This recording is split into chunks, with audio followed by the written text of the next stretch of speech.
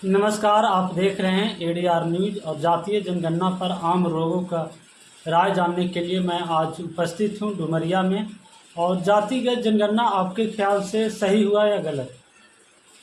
ये तो जब जाति का विभक्त हुआ तो जाति के लिए तो ये गणना उतना हद तक ठीक नहीं किया जा सकता है, चाहे कहा जा सकता है।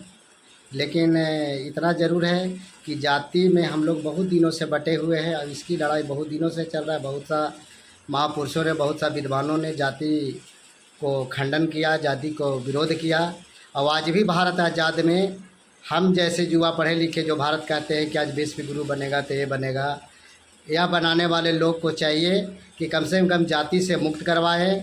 और पूरे भारत में, आज़ाद भारत में जो आज स्थितियां बना हुआ है, जो नेता लोग आज सत्ता में जाने के लिए जाति गणना करवा रहे हैं, कभी कर रहा है, इससे जनता का कुछ विशेष फ़ायदा होने वाला नहीं है। यह काहे नहीं कह रहे हैं कि आज पूरे राज्य में, देश में अच्छा ज़्यादा उद्योग लगे, ज़्यादा काम आए तो आदमी को अपने आप विकास होगा। तो ज़्यादा गणना कराना है तो ये कराना, इसी में अपना सरकार तो वेस्ट करा कहती रहे है कि जिसकी जितनी संख्या है उसके अनुसार जो सरकारी योजना है तो पता रहेगा तब ना उसके अनुसार योजना हम बनाएंगे। जैसे सरकार तो ये कन्वर्ट करने के लिए बोलता है जिसकी जनसंख्या, तो जिसकी जनसंख्या उसी का अगर जो सब दिन सरकार में रखने के लिए वादा करे सरकार, चाहे यहाँ का राजनीतिक पार्टियाँ कोई भी कहता है जिसकी जितना जनसंख्या उतना उसकी भागीदारी, तो सब दिन वही बना रहेगा। तो हम नहीं चाहते हैं कि पूरे देश का, हम समझ भी नहीं रहे हैं कि उसके ज़्यादा विकास होने वाला है। विकास जब होगा, किसी आदमी के पास कोई प्लान होगा, कोई बहुत काबिल आदमी होंगे। जैसे आज बहुत सा कुरीतियों को लड़ने के लिए सब नहीं लड़ा, लेकिन उसके लिए बहुत लोग विद्वान ने लड़ा, उनके आज भी नाम अंकित में लिखा हुआ है, आज भी इतिहास में लिखा हुआ है। आप पढ़ सकते हैं, जान सकते हैं।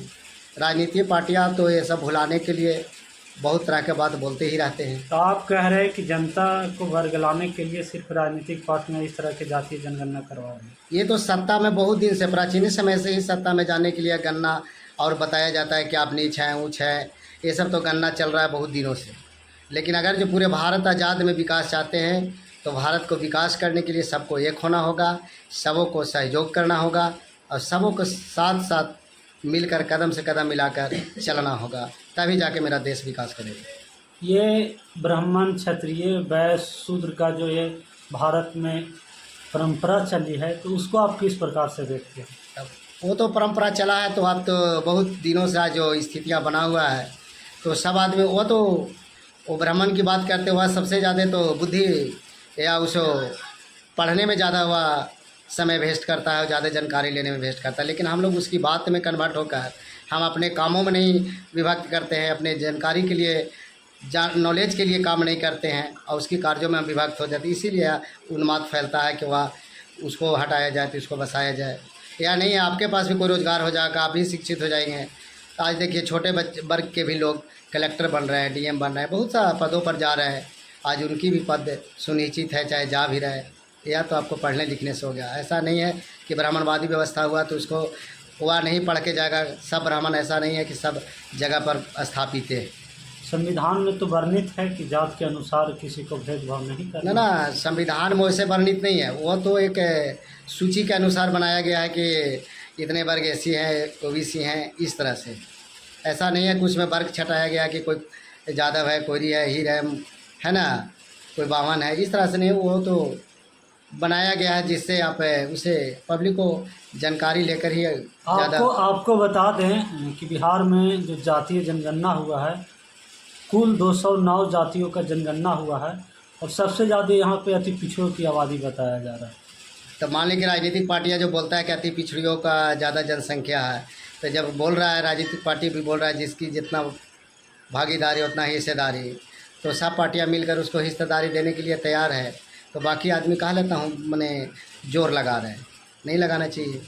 सब पार्टी अभी जो है लोकतंत्र को तो अर्थतंत्र में बदलते चला जा रहा है। आज ये गरीब के बच्चे हैं, जो गरीब के पढ़े लिखे युवा भी हो जाएंगे तो आगे चलकर वह लोकतंत्र के हिस्सेदार से वंचित हो जाएंगे। जातीय जनगणना इसीलिए न करवाया गया है कि लोकसभा का जब चुनाव आएगा, ऐसा है ना, पूरे देश में एक जाति है तो जाति में भी ये हो जाता है ना कि कोई बहुत बड़ा है, कोई बहुत छोटे हैं।